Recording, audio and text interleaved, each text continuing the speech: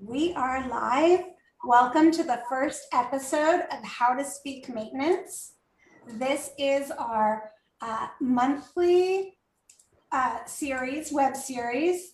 I'm Becca Ramadi. I'm the Vice President for TAA's Education Foundation.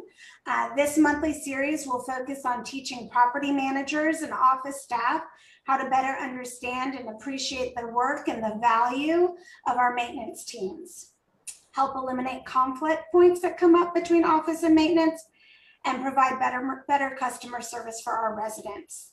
We'll have different topics and new guests each episode. And it's my pleasure to introduce our host for this series, Jason Fine. Jason is the National Maintenance Service Director for Camden Property Trust. Jason, thank you so much for being our host for this series, and tell us a little bit about yourself and why we should all be speaking maintenance.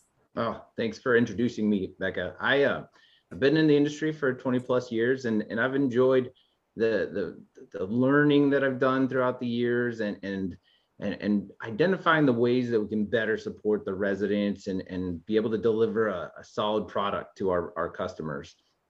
When we first discussed this web series on the hints of HR, we briefly talked about how to speak maintenance and how important it is for all of the teams and all of our office employees to understand what our maintenance employees are working on and the daily tasks that move them throughout their job responsibilities. And it just became clear that we just needed to have a little call, a 30-minute call to talk about different things such as HVAC, preventative maintenance, and a myriad of different topics. So I'm excited to be able to get some guests on here with me as well. And with me, I have Mark Hurley, who is the president of Highland Commercial Properties.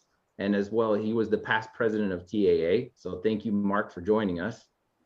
And then I have Corky Wolf, who is the director of property real estate project management for Highland Commercial Properties as well. So he's been instrumental in developing the PM programs for our HVAC systems at the communities at Highland.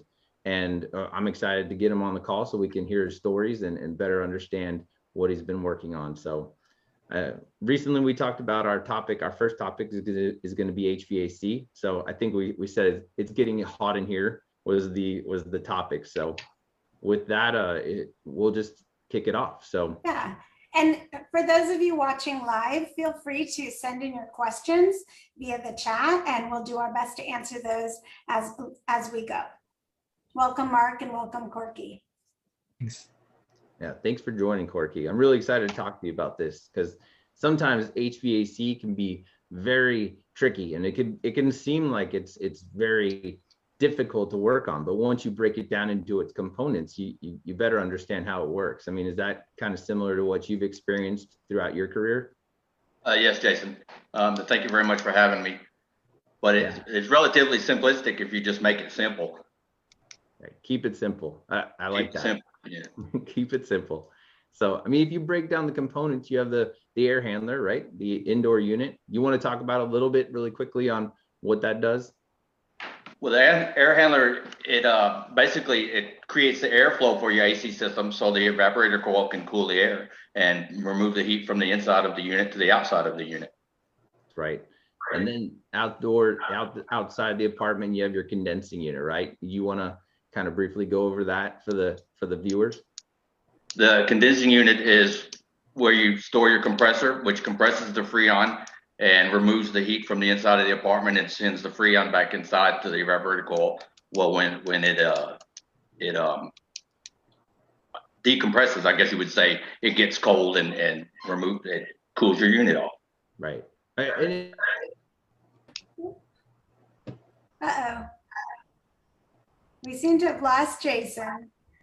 While waiting for Jason to come back, Mark, let's pause for a second on the technical piece, but why is this so important that, the office staff and others, yourself, understand what's happening on property in terms of what maintenance is doing? It's important in any organization or any micro unit of an organization to have a transparent, clear. It's true. I mean, right, Corky? Communication process like this one.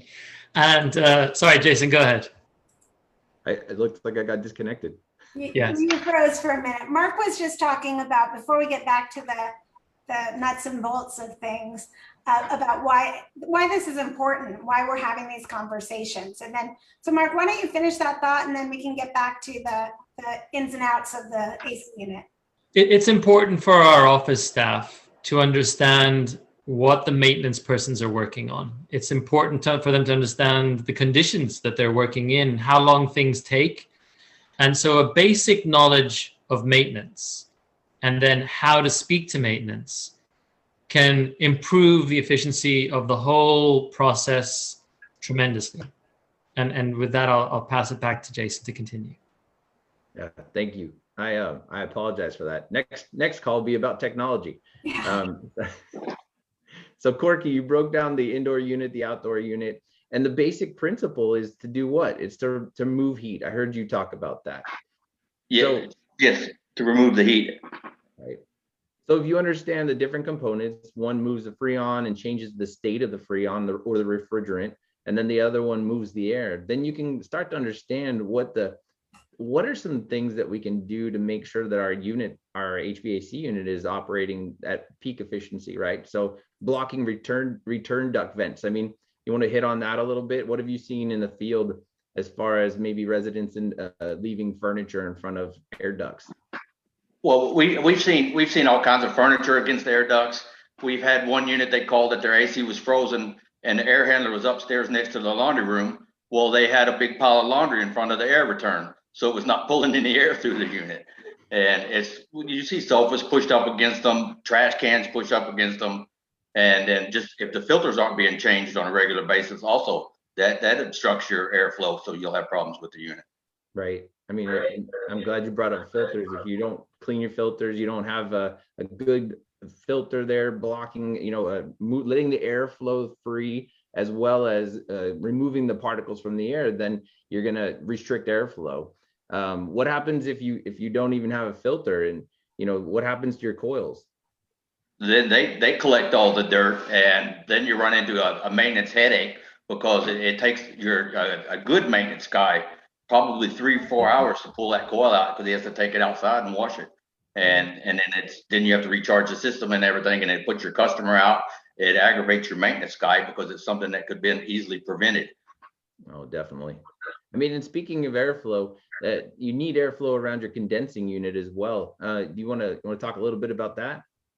Yes, we found condensing unit with bushes overgrown on them, leaves piled up around them. We've had to educate our landscape crews about mowing away from them, because they would run their mower beside it and throw the grass clippings up against the condenser, and it turns into a headache for everyone. Weed eating around them and stuff like that. And we found that with our preventative maintenance program, keeping those clean, it's just saved us a lot of headaches. Oh yeah, definitely. Jason, if I can add, it was just jump in. It was really eye-opening for us when we first started these programs again, because we've started them up a number of times, but the most recent times when we got pictures of what the condensing units looked like when the covers were off was crazy. How dirty those coils are, and all of that is having a major effect on how cool the unit is getting and how long your hardware lasts. Right.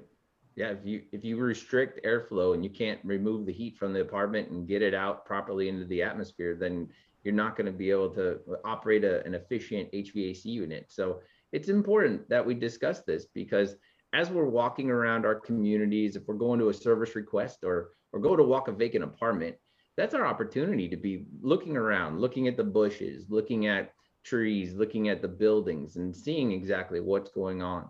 Or if you hear an HVAC unit, struggling to turn on, right? I mean, I'm sure you've heard that before, Corky, right? Yes. It just makes you cringe a little bit when you just hear that unit just struggling, and you just know that, this might actually become an emergency service request late at night. And then now some of my expenses have gone through the roof. So it's important to talk about that stuff.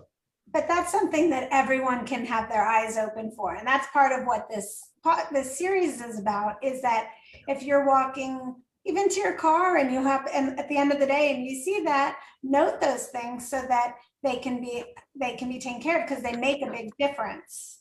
Correct. And for me, it's about a part of being a manager, their assistant or groundskeeper, being a much better professional. I mean, there are ways to grow in their career where they just open up a part of their brain that listens for that noise or looks for this thing that is the difference between being an expert in your field and just working there.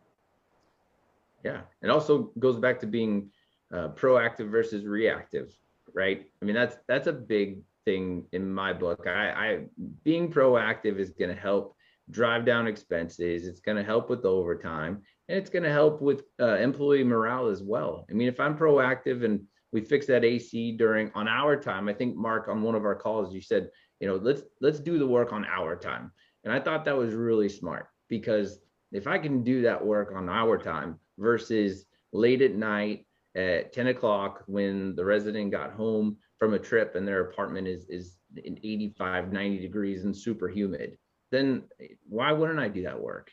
So, with that, maybe we should talk about PM work on our HVAC units. Corky has been instrumental in building very thorough PM programs for Highland. And I'd like to hear, what are you doing with capacitors? I mean, you were talking about that the other day, Corky. Yes, we started up teams of preventative maintenance guys, and we usually do it in like March and April when we're not using the condensing units outside, and it's a lot cooler for the guys to be out there. But they're four-man teams. We have one that goes ahead of them and disassembles the unit. The second man goes and he tests the contactors and the capacitors, and if the capacitors are out of tolerance by more than 10, 15%, we automatically change them. If the contactors look like they're failing, as in pitted contacts and stuff, we automatically change them. Then the third guy comes and sprays coil cleaner, and the fourth guy comes and rinses it. Then the first guy goes back in ground and puts them back together. And with that four-man team, we're averaging about 20 to 25 units a day to get them all serviced and put back together. And we field check them to make sure that they will kick on when the time comes. And then the on-site staff, while this is going on, they will go inside and do slime tabs, blow out the drain lines and everything, and check the contactors on the inside unit, just make sure that everything looks like it's going to fire up when it needs to. And my maintenance staff's told me it's cut their workload by about 30% over the last couple of years while we've done this. And like I said, we do it on our time in March and April when the weather's cool and nobody's complaining because it's 105 degrees and they have to crawl on a roof. Man, you hit the nail on the head. Doing the right PM work is going to save you time and money, and it's going to help improve the residents' experience in their apartment as well. Not just on the turnovers. I'm sure during turnovers, you guys are doing a thorough, PM on the HVAC unit and putting the pan tabs in. And I think you had talked about blowing out the condensate drains as well, right? Yes. We use those little CO2 nozzles, and it's just a quick blast, and it clears it right out. I remember when I first saw those, I was amazed. I was excited about those. Corky, we have a question from Alan. Are you checking the interior units as well for the PM work? Yes, we check the capacitors and stuff, the condensate pans and stuff like that. We don't expose the evaporator coils and clean those because they're labor intensive. If we have an issue with it, we take those kind of as they come along, and then we try to do the evaporator coils on the turns. That's on the unit turns when I make readies. It's a great question. And all this work depends on your the type of unit you have as well. I mean, if you have the fur down unit, which, for those that don't know, those are the units that are in the ceiling, it could be a little bit more difficult to expose the coil and be able to see what's going on with your evaporator. But with the slant coils, sometimes you pull that filter out and you can see the coil and you can see the condition and be able to, spray it down and take care of things. So great question. Please keep the questions coming as we talk through these things. So if you have the question, I'm sure others do as well. So that's right. But yes, indoor PM as well as outdoor PM. I think that sometimes as summer gets busy and the spring is busy, we can probably find reasons why we don't have time to go do these things. But making the time and going and doing these PMs and checking the capacitors like Corky's talking about, then you might save yourselves 20 tickets. And if every ticket is 30 minutes, just think about it, how much time you're adding back to your day. So, and then if you talk about time and a half as well, I mean, the list goes on and on with the savings that you incur by just doing the proper PM and making sure that your units are ready for the summer. So I like that. Is there anything you think that the residents can do to try to help with the efficiency of the unit? I think we talked about furniture as, being in the way of return vents. What about not turning the unit off when they go to work during hot peak periods? What are your thoughts on that, Corky? Well, it's when you do shut it down, your whole apartment, everything in your apartment heats up tremendously. I kind of equate it to parking your car in the sun or parking it in the shade with the windows down. It's when you come home and you crank your AC back down, it's trying to heat up your sofa, your walls, your carpet, everything, trying to cool it off. I mean, so it just struggles. And it's if you have programmable thermostats, those are nice because you can just program, set it and forget it to where it reaches your nighttime temperature, when you come in the evening, and then during the day it goes back up to 78, maybe 80 degrees. But if you just shut it down when you come home, it struggles and it works twice as hard to try to cool the house back off. Oh, and puts undue wear and tear on your unit as well, right? Yes, sir. Yeah, that heat, trying to remove the heat from your apartment after it's been heating up your furniture, just like Corky said, and the walls and everything inside your apartment, it's going to take time. And it's just going to frustrate residents that their unit is not working as fast as they would like. So it's important to educate your residents and make sure they understand it. And what's really neat as well is we start to build more properties and install Nest thermostats and things that have motion sensors in them. I mean, there's a whole nother array of savings right there, making it so we don't, shut our units off when we leave for the day. So Jason, part of the things that we do in this is when we know there's heat advisories coming up, we put notices out to our residents asking them not to cook during certain hours of the day. Yeah. And, we are also testing UV curtains on some of the units that face the sun, because you can have the thermostat in the living room. You can have the living room at 65 degrees, but then you go into the bedroom and it's 90 degrees in some of those apartments. And we've also been installing more nice microwaves to give them the option not to cook and use the microwave so it doesn't heat up the apartment as much as well. But generally, just even advising that there's a heat advisory going on makes the resident be more aware of how they keep that apartment cool. Yeah, there's definitely an opportunity for both us as operators to better operate our HVAC systems, so then that way the residents' comfort is maximized. But you're right, by adding curtains and not utilizing the stove during peak times, and that's all going to help to make sure that their unit operates as efficiently as possible. Even the location of the thermostat. I mean, if the thermostat is a location where the sun's beating down on it all day, you can imagine that AC is going to run all day long, because it's never going to be satisfied. So, well, and I think it's also important to make our customers understand that if it's 100 degrees outside, you're not going to get your apartment down to 65. If your unit's getting 20 degrees below the ambient temperature, then it's doing pretty good, doing what it's supposed to do. Yeah, you're not going to get snowflakes coming out of your vents when it's 100 degrees outside. Yeah. Well, this has been a great conversation. Becca, do you see any other questions in the? Well, I have a question about what, if someone comes into the office and says my AC unit's not working, are there things that the staff talking to them could encourage them to do first? Or are there things that they should do first before putting in a ticket to the maintenance team? Sure, Corky, do you have any suggestions? Well, I think if they ask the proper questions, like, has your filter been changed regularly? Is your thermostat on? Have you turned the unit on? But usually it's if it's not that simple, then we have to send somebody out. Mm-hmm. But like I say, our AC staff is more of a dispatch type crew. When they get the work orders, our AC lead sends them out to the individual properties. So we have educated our on-site staff to look at the simple stuff that they don't need an AC tech to actually do, and chase those problems first. And we alleviate a lot of the AC calls by just that simple fact, because it's usually, you know, it could be a loose connection or a capacitor or something that simple that is the issue. I'll tell you what, goes back to how to speak maintenance. If you know how to speak maintenance, and as a team, a collective team, the office as well, you understand what sort of systems you have and what sort of challenges might come up, then you might be able to stop a service request, like you're saying, Becca. So for example, you might have a switch high up on the wall. It's a disconnect switch. You could shut the unit off to be able to work on it. And if a resident doesn't know what the switch is for and they shut it off and their AC is not operating, then that could be a service request. But if the leasing team knows, well, ma'am or sir, do you know the switch high up on the wall, is that off or on? And then they say, oh, I turned it off because I didn't know what it was. Then I can ask them to turn it right back on and see if it operates. So it's good to be able to speak maintenance and understand your property and be able to help walk the resident through some troubleshooting as well. So great question.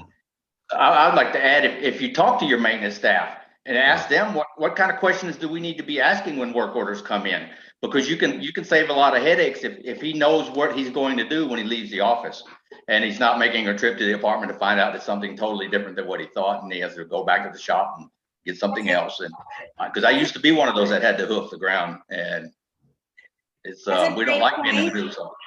That's a great point. And also we have our women maintenance teams as well, so we don't want to exclude them. There was another question about, do you change filters during all the preventative maintenance work or by request? What do you we encourage our managers to change the filters monthly. It's a minimal expense, and if you just keep your filters clean, your unit operates a lot better. And if you don't change it and you end up your filters, sometimes I've seen them collapse, they've been so dirty, and then all the dust and everything is going into your evaporator coil, and then that just turns into a nightmare for everyone involved. And Becca, I mean, just to kind of sum up a lot of this, I'd say more than 80% of ACs break down or aren't efficient because of either airflow or electrical problems. And it's really the simplest things. So changing those AC filters once a month, and we try to put a date on them as well, so we know when they were last changed too. Really, it's the cheapest thing, most simple thing, going back to what was said at the beginning about how simple this is so important. And then, you know, Corky spoke about having, you know, before we dispatch out an AC person, having our on-site team check the capacitor, because that's a $10 to $15 capacitor that can be changed and probably solves 45 to 50% of your problems, you know. As well as that, I want to add that you got to be careful when changing those capacitors that you don't use a screwdriver. A lot of our maintenance people, men and women, you know, I just want to add in, women are there too. They use screwdrivers to change those. And you know, if OSHA catches you doing that, you're in trouble. You just got to provide. And if you're maintenance people or AC guys don't already have that, guys and gals don't already have this, make sure they've got a resistor, because that's really the only way you're supposed to change that capacitor out, by discharging it with the resistor.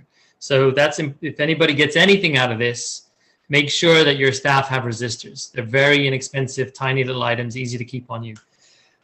Doing it in the coolness instead of doing it in the heat will make the maintenance staff much more pleased with working there.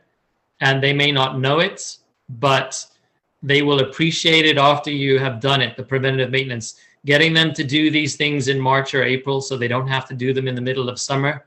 They may not know it, but they will certainly appreciate you as a professional who knows what they're doing if you can get these ACs fixed on your schedule rather than on the schedule of fate. So that's an ounce of prevention prevents a pound of cure is basically what it boils down to. That is perfect. Yep. Thanks for bringing that up, Mark. You know, I just want to hit on one more thing. While you're walking around a community, if you're going, you're taking care of a service request, you know, remember to keep your head up and be looking around and keep your eyes open for things. If you're looking at a condensing unit and you see a block of ice, you know, that's a sign that you have a dirty filter inside, that you need to go talk to the residents and change the filter. So just keeping your head up, looking around, putting it on a swivel. I think sometimes we're just so laser focused on getting to the other side of a community to go take care of a service request that we have blinders on. Use that time to be able to look around. I think, Mark, you had mentioned, you're just walking to your car, at the end of the day, just keeping your eyes open at that point in time as well, right? I kind of see it like it's a superpower. If you start to pay attention to the sounds, smells, and noises around you that have to do with the property, you're opening up a part of your brain that's a skill that'll serve you forever. It just makes you an expert. It's the difference between an expert and not being an expert. Agreed.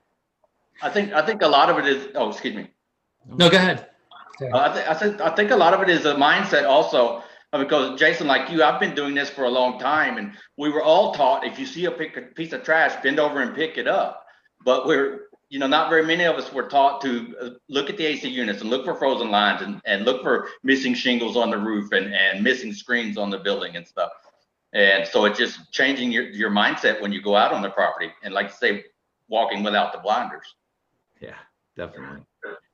So can I make a plug before we leave? I just want to plug TAAEF. If you go to the Texas Apartment Association Education Foundation website, there are links to training sessions provided by supplier members and supplier partners that most of us already use, that provide training at free or at nominal cost in all of these areas. And they'll even come out on site, some of them, and TAAEF has that information. And really, it's as Jason said, it's about how to speak maintenance, because it'll improve the culture of the community and allow us to respect our maintenance teams a lot more than as they probably deserve to be. wow. Thanks, Mark. Maintenance employees are the heartbeat, I think, of the community. They're out and about all the time. I mean, I'm not taking any credit away from the leasing teams and the office teams. They do a lot to keep the property moving as well. But a lot of times our maintenance employees are frontline. So I appreciate everything that they're doing out there, especially the PM work.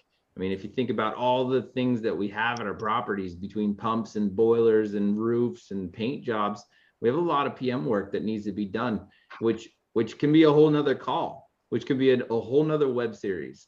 And that's shamelessly, I'm plugging our next How to Speak Maintenance video. So with that, I'd like to say thank you very much for joining our first How to Speak Maintenance call.